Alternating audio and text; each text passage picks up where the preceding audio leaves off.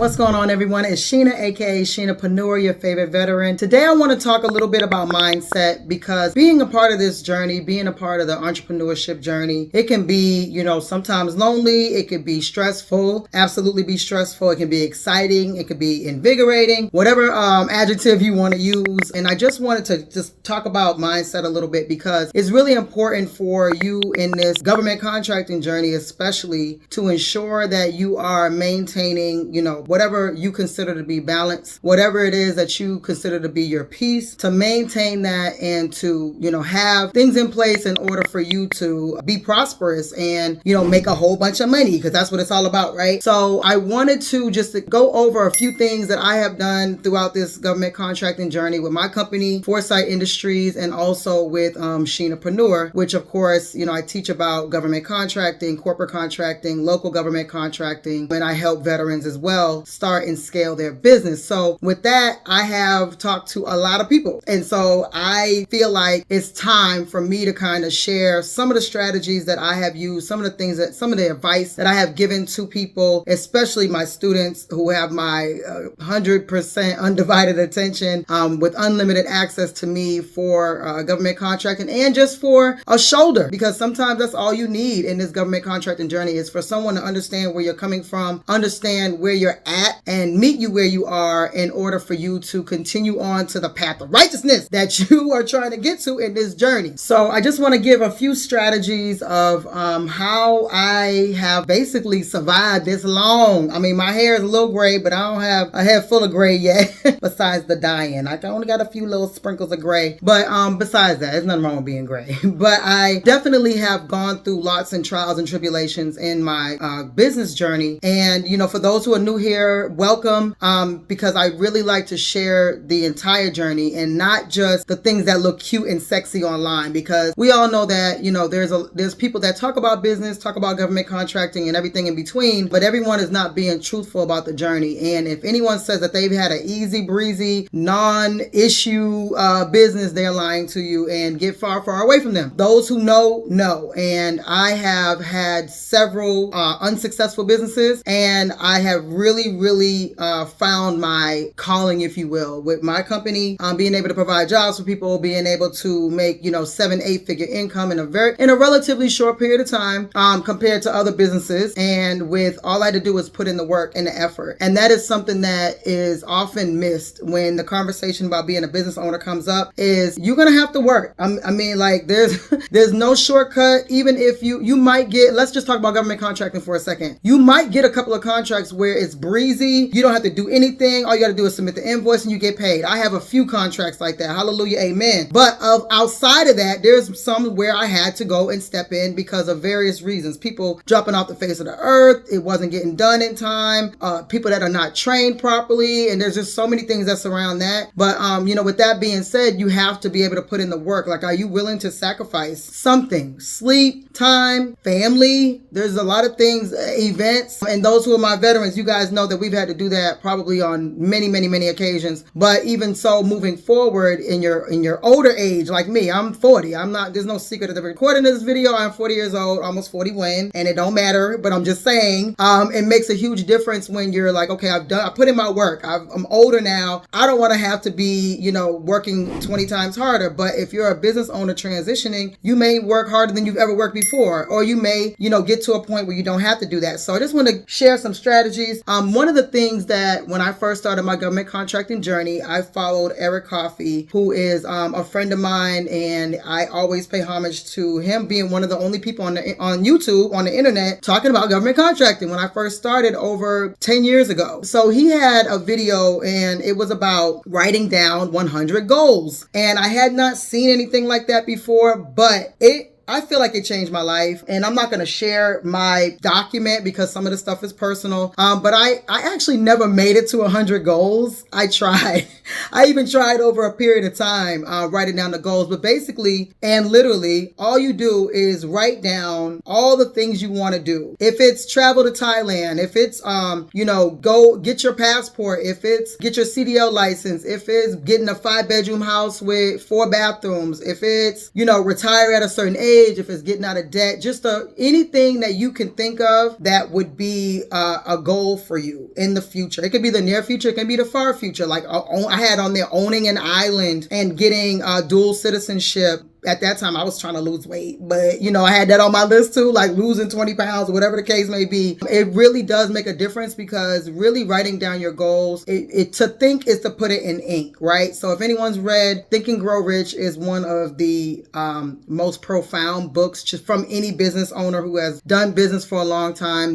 Most people know that that's the go-to book, and it's not about money per se, it's about mindset. So Think and Grow Rich is definitely a book that helped me kind of change how I view stuff. So we got a lot of things, a lot of manifestation books, The Secret, Think and Grow Rich, and there's a few others. But just harping on that, it's really important to write down your goals. And sometimes people are like, well, I got it up here. Sheena, I got it up here. I got you. You need to write it down. I don't care if you got it up here. You need to write it down, because you don't have an aim. You're just thinking, I want to make a whole bunch of money. That's cool. That can be on there, but you need to be very specific. I want to make $1 million by the end of December 31st, 2024. That's pretty much how those are supposed to be written. You have to be very definitive. And there's a few other methods, but just giving you the blanket method. You can go on your own manifestation journey, and there's tons of videos out there on YouTube, and a lot of people that talk about different ways, using cinnamon and all other kind of things. And those things, to me, they work. And I don't know if they work because we believe that they work, or they actually they're changing the course of your ultimate future. But nonetheless, writing down 100 goals was something that was pretty life-changing for me. And I don't even know if Eric even knows that was something that I stuck to. And I actually wrote those goals back in, oh Lord, maybe 2018, and it's 2024 now. And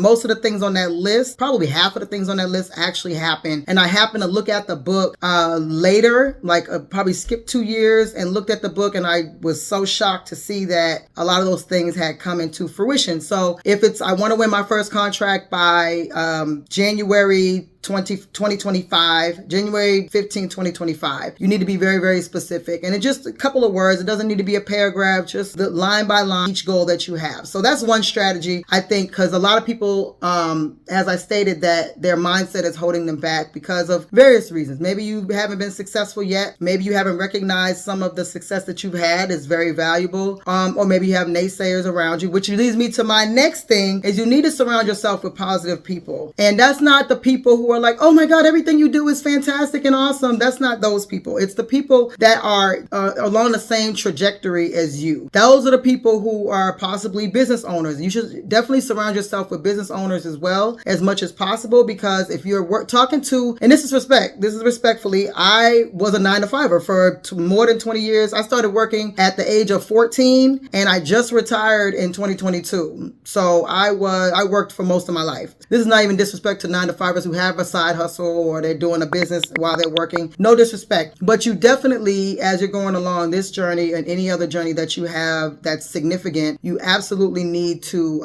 surround yourself with people who know what you're going through as a business owner. Even if it's like a side hustle, but they're taking it seriously. And we're not talking about just a couple of little things here and there, but like your daily life is surrounded by your business. So you have to have positive people, and not all business people are positive. So that don't mistake it. But if you're talking about those who are business owners that you can relate to, and you meet those people at conferences, you meet those people in programs. I have a whole video about programs that I participated in, but I participated in the Goldman Sachs 10K Small Business Program, the Morehouse Innovative Cohort. I participated in the SBA Thrive Program. I've done several veteran business programs such as EBV, which is Entrepreneurship Boot Camp for Veterans. I participated in VIP, which is a Veterans Institute for Procurement, and a couple of others. They're escaping me right now, but as you can see, I have my little, these are not even all my awards. This is just a few. But still, and I have a business degree. Like, I know a lot of people don't even know that. I have a business degree. Like, literally, I didn't want to go get a master's because I'm like, I ain't got time for that. But nonetheless, what I'm saying is I study this for real. Like, I research, I study, I implement, I execute. Now, a lot of people are dreamers and not executors. A lot of people are executors and they don't even think about it beforehand. I am fortunate enough, I don't know if that's fortunate or unfortunate, I'm a dreamer and I take action. So that means that I take action on a lot of things that I think about. I'm a little more calculated now as I'm older and really like focus on what I really want to do. But it's important to surround yourself with those people. So when you have a shoulder that you need to cry on, you have those people who know what you're going through and what you're dealing with, and even some strategies to help you get out of maybe a possible situation that you're in, or just to listen because you're dealing with something that's super tough that day. So those are super, super important for you to have. In addition to being with people who are negative, which can be such a downer, and honestly, some of those people may be in your circle, like your close circle, spouse, mom, dad, child. You just have to recognize, and I'm not no therapist or nothing like that. I'm sharing Sheena, okay? I'm sharing my experience because I want people to know that none of this stuff is easy. And I'm one of those people who express that none of this can just be done on a whim. You have to be completely focused and you have to be dedicated. At least, the most dedication that you can have. And the more dedication that you have and more focus, then the better off you should and will be. So the negative self-talk is also a huge factor when you feel like I can't do this, it's not working out. I have a student, and I'm actually going to put her on the channel, but she was saying that she put in a lot of bids, couldn't win anything, but she was winning contracts by communication, by networking. And I'm like, this doesn't matter how you get to it. I am not saying you need to follow this path. I'm telling you, here's a cookie cutter way to get through the path. Now, if you get contracts outside of that, that's better. That's even better. That's fantastic. But, she didn't recognize that as like her being a winner. And she absolutely is a winner. And of course, with my guidance and my help with networking with people, she was able to secure like 3 contracts just by communicating with people. So cheers to her. She'll be on the channel, so y'all will see her. But, really it's making sure that you understand that this may not be fast and easy. Some people are going to win contracts in their first one that they put in. They're going to win multiple contracts in 30 days. There's going to be a lot of things that you're going to look at and say, well, why is this not happening for me? But instead, you need to have your full focus on what you're doing and what you're trying to do, and not look, necessarily to the left and the right. You got to think about horses who are, they got their blinders on for a reason, to not look to their left and right so they can get discouraged and trip. And y'all seen the horses fall, but basically you don't want that to be you. You want to focus on what you need to focus on. Now, there's times and situations where you need to kind of look to your left and your right to see, what, in order for you to be competitive, in order for you to have the right pricing and have the right, understanding what you need to do for your business. Yeah, you need to look to the left and right for that, but you need to ensure that you're still focused on whatever your goals are. And that goes back to, your 100 ultimate goals, but then also what are your business goals? And what are you trying to do? Are you trying to hire someone within the next 30 days? And who is that someone? Is that an admin? Is that an HR manager? Is that the second you, where you got a vice president, something like that, where you're able to fulfill this thing for you. So stop the negative self-talk. Stop it. Whenever you feel like there's a negative thought coming into your mind and it's getting ready to come out your mouth, just stop it and just try to replace it with something positive. But I have a gratitude journal every day or every evening. I write down all the things I'm grateful for, even if it was a rough, especially if it was a rough day. I write down everything I'm grateful for. I'm grateful that I woke up, grateful that I'm in a good mood, grateful that my skin is glowing, you know what I'm saying? Grateful that it's sunny outside, grateful that my children are happy, grateful, my needs, my bills are taken care of. These are some things that people, a lot of us have probably taken for granted at some point, and these are things that people are actually experiencing every day. So writing that stuff down changes how you think about your day and how you think about, everything that you're going through with just personal and with your business. So to me, those things are very, very important, and they just help. They get you recentered, whether it's at night before you go to bed, whether it's in the morning before you start your day. That should be the first or the last thing that you do. Like even when you're on that phone playing a game, even when you're watching Netflix on your phone or a TV, before you get ready to close your eyes, you should write down what you're grateful for that happened that day, or for the day when you do it in the morning. Thankful for everything that happened the previous day. So that's just my little tidbits for that. And so the next thing would be making purposeful connections. So we go to events, and sometimes they can be helpful, sometimes not, and they're not all created equal, and there's no way for anyone to know specifically if one event is going to change your life. You might go to an event where you think it's going to change your life and you just didn't meet the people that you needed to, or maybe the connection didn't continue beyond that conference or that event. But you have to just try, if you can, make purposeful connections, or at least the intent of. So if you're going to like an industry day where you're going to meet decision makers or procurement officers or something like that, you should try, if it's available, see who is going to be in the room and target those people. Now, for me, being in Atlanta, if I'm going to, let's say, just a whole Georgia industry day, a really massive event, it's not Metro Atlanta, it's the whole state of Georgia, I'm pretty sure that I'm not going to be doing any work in like a real southern rural part of Georgia. That's just not what I'm going to do. So if I know for sure before this event starts that I can look at the map or look at the list of attendees that are going to be there, I'm just going to skip the whole, southern western part of Georgia.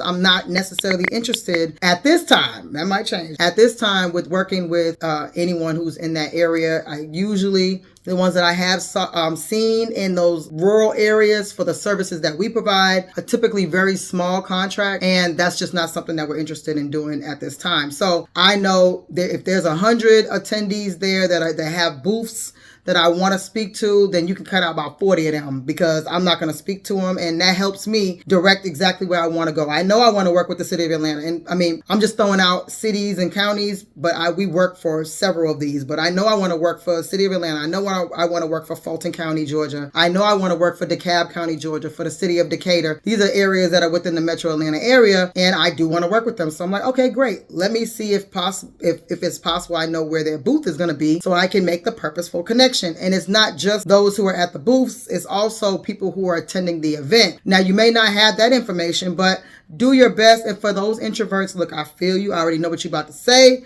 It's hard to just say, hi, my name is such and such. Yes, that can be a challenge, but do your best. And a lot of times people will come to you. So be willing to allow that connection for those introverts that are out there. Allow the connection, and then try your best to start a conversation as well. Because you never know, that person may be connected to exactly who you need. And then you have what you need, and not necessarily even those who have the booths at the industry day, but now you've made a connection for life, hopefully, with someone who can help you with your business, just all in all. You all have to eat, sleep, and breathe this stuff. You got to eat, sleep, and breathe this ish, okay? This is your new life. If you are looking to do, and some that might be watching this video, you may not be doing government contracting, and that's cool. That's, hey, whatever floats your boat. That's fine with me. But if we're talking about, the journey to go to government, through government contracting, corporate contracting, whatever the case may be, you have to eat, sleep, and breathe this stuff. This is your new life. This is your new normal. And every time you go to do this, you got to do it scared. So after you get to a certain point in your business journey, you shouldn't have to worry about being as afraid to do certain things. But just remember that, being afraid, fear, nervousness is the same emotion as excitement. So you just turn that fear, turn that nervousness into excitement, because it's the same emotion. You have the same physiological reaction for excitement and for nervousness. So you might as well just be excited. Be excited about the new journey. Be excited about the new normal that you're going to have, and how your life is just going to completely be altered, hopefully for the good. We're all going for everything's going to be great, but I don't want you guys coming back to me saying, Sheena, my life was ruined because of you. I don't want that for you. I want you to have a very successful business and a very successful and enjoyment in what you're doing, and being able to provide what you want to provide, whether it's jobs, whether it's advocacy, whether it's just for you to be able to sell your business and go live off the grid, if it's for you to just make a whole bunch of money and buy designer, whatever floats your boat. It's really about what you want out of what your business is going to do for you. And it's one of the easiest, to me. This is not easy, right? Government contracting is not easy.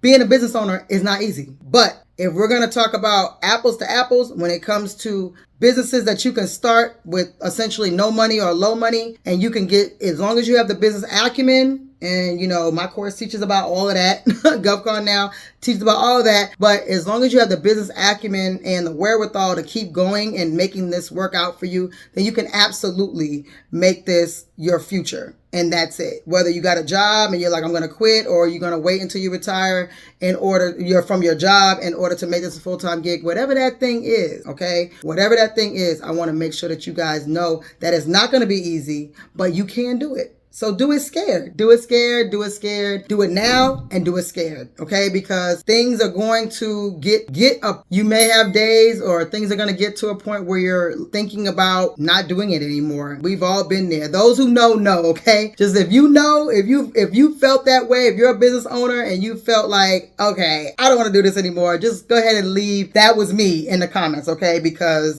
those who know. And you just have to eat, sleep, and breathe this. You have to make this a part of your new lifestyle and figure out how it adjusts into your actual life, into your balance. There's no such thing as balance. Things get sacrificed, whether it's the business gets sacrificed, family gets sacrificed, time, money, whatever the case may be. All these things get sacrificed, but you just have to make it a part of your new lifestyle. There's a whole bunch of mindset change that has to happen in order for this to happen. It can't just be throwing something and then you're like, I don't know what to do. There's a whole renovation going on in your mind. There's a whole makeover with everything that you're going to be doing. Like you have to, if you're not already a business savvy person or business minded person, you're going to have to become one, especially if you win. Especially if you're in my course, you already have access to me, but reach out to a mentor, find someone who can help you through some of the things that you may not be aware of when it comes to just regular business stuff, the scaling, the whole other thing. You might win 3 contracts back to back and now you're a millionaire and you're like, oh snap, I don't even know how to do, my books. I don't know how to do accounting. I don't have an attorney. So many things happen so fast and now you're having to go back and learn how to do business. And not to say that no one can do that, but it is a good idea to try to have some of those things, at least be aware of those things. And so when you get the money, you're able to fully execute those things. So of course, the last thing is do not give up. If you stay the course, if you bid, if you are doing all the things, right? All the things, whether it's networking, talking, networking doesn't always mean talking to people, but networking, talking to people, bidding, becoming a subcontractor, reaching out to people. If you're doing all the things, you will win. I don't have a date for you. I don't know the date. It could be tomorrow. It could be next year. Timing. That's another thing that people don't realize. It may be nothing to do with anything you did wrong on your bid. It may be timing where that agency didn't have the money. They put it out for bid. You're thinking, oh, I got this in the bag. I was even the lowest bidder or I had the highest score on the evaluation. This thing is mine. But the agency's not even going to tell you that they don't have any money to pay. So they scrap the whole project and you're thinking that it's you and it's not you. It has nothing to do with you, but you just caught the blunt of that. And now you're in your own mind thinking that I'm not good enough for this. I'm not, ready to do this. This is way too difficult, but it's not anything to do with you. So, just timing can be a huge factor. I did a video on what to do for the end of the fiscal year. The end of the fiscal year for federal started July 1st. So you really have this time, it needs to be like super, super fast of you figuring out who you can talk to. There's dollars that need to be spent before the end of the fiscal year that you can greatly take advantage of. And so that's another strategy that you can use to get your mind, understanding exactly how this federal end of fiscal year works or how the federal contracting works. You might get an easy bid, something that works for you and that the contracting officer is like, I've been waiting for you my whole life, so you have to ensure that you're not letting your mindset hold you back when some things are not even your fault. They're nothing to do with you. Could be a plethora of things. You always ask for a debrief. I say that every single time. And you see a theme, especially when let's just say it's with a specific county or specific city and they're always saying that they are running out of money. So that's a good thing that you find that out before you win, because that could be a red flag. If they're running out of money, there's a chance that they're going to actually run out of money after you do your work. And then you're like, well, how am I going to get paid? And I don't know. I've had that happen before where I'm like, what you mean? What you mean you don't know? Like somebody got to know. Like, what are we talking about? You have to know. You have to pay me. There's no way around it. And I ended up getting my money very quickly because it was very quick. Okay, let's just say that. But I wanted to just share some of the strategies that I had for ensuring that you stay out of your, that negative self-talk in your mind, and that sometimes your mindset is holding you back. And make sure that you check out our GovCon Moneymakers community where we share, it's 100% free. We share ideas and tips and wins in there. And then my course, GovConNOW, teaches you about federal contracting, local contracting, corporate contracting. I have a section for my veterans. I also help with business setup if you're not already set up and you have have unlimited access to me. And make sure if you want to just talk to me because you already have some stuff going on and you need some help strategizing. I do strategy sessions as well. You can do 30 minutes or 1 hour. The link is in the description box. So just if you have any questions or any other video that you want me to talk about, or any specific topic you want me to talk about, I usually, if it's something that's not within my wheelhouse or I don't understand, I try to get someone on the channel who can speak to it. But until next time, it's your favorite veteran.